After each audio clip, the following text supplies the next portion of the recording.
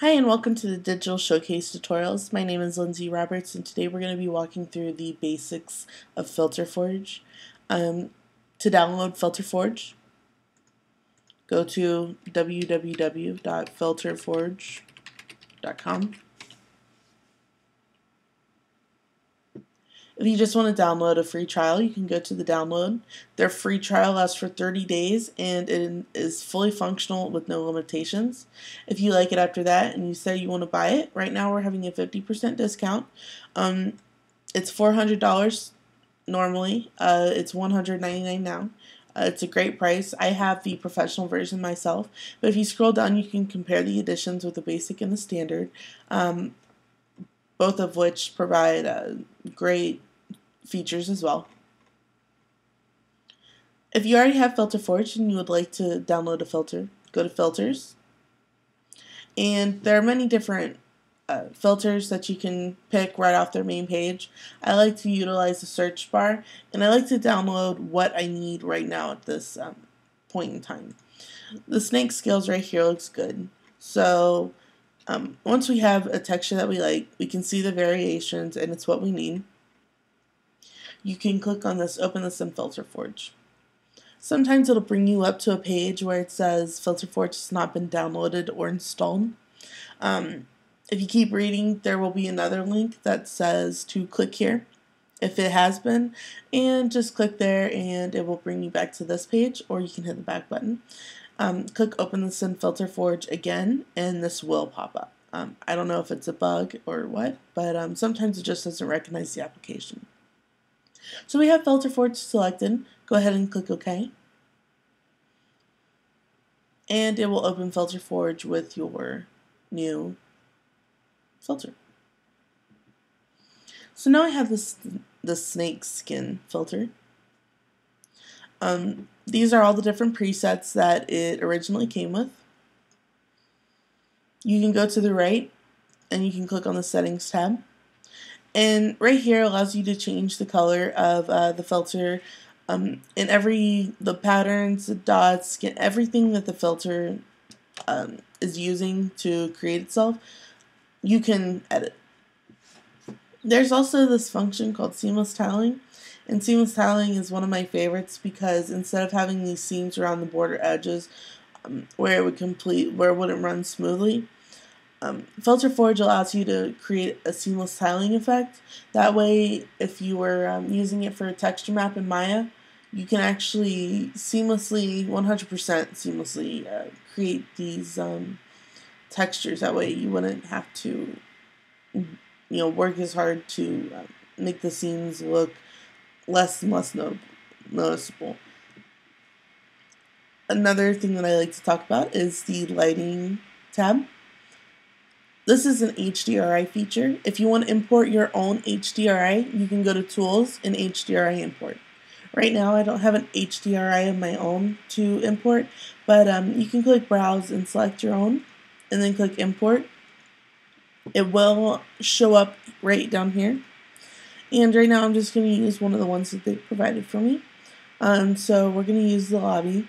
And as you can see like the doors and the floor and everything else.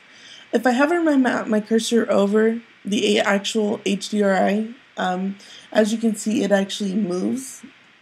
I can actually adjust it just the way I want for the desired effect. The About tab is just credits to the artist, some information, and some things you might be able to find useful. If you decided that you like this, but you need a different resolution, you can go to File, New Image, and this is where you can set your resolution. I chose 1920 by 1080, which is an HD resolution. It's probably one of the better ones to use.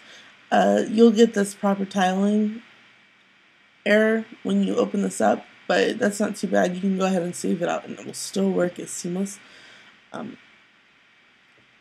But if you have one other additional thing, if you have a photo texture map, all these drop under here, which means these textures edit specific photos. So for example, I can open an image right here to bring in my own picture if I wanted to edit a photo. And as you can see, this is a picture of me, and now it's going, it's editing itself according to the picture. To give you a better idea, this is a colorizer, this slow-mo thing, grunge for like old photos, things like that.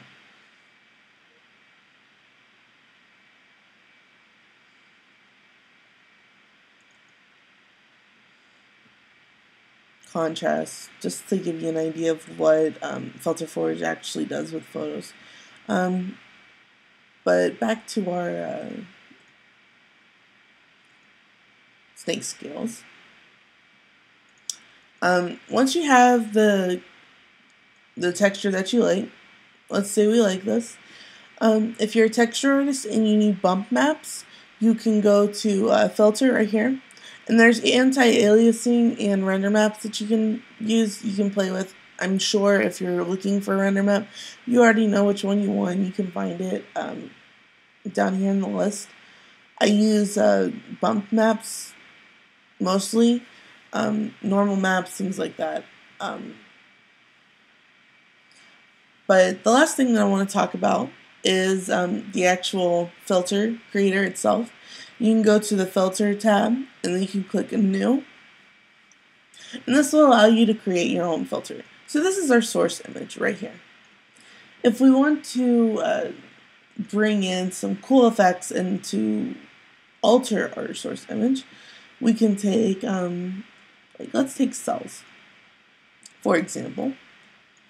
We can drag this little arrow right over here to its source. And now this is like this, but I don't think that's what we're going to do. Let's go to patterns. These are more of filters to create some of the wood type patterns, things that aren't photo related. But like here, we can bring that in.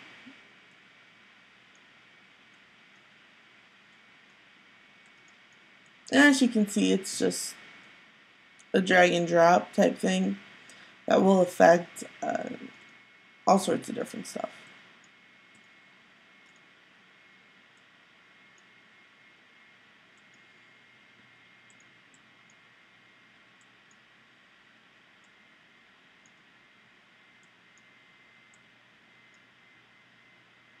Now, as you can see, our filter is getting a little wacky. I don't even know what that is at this point, but that's just kind of a quick idea of how to start dragging and dropping. Just experiment. You'll be able to get a hold of it pretty quick. It's not too hard. It just takes a lot of understanding of what each of these actually does.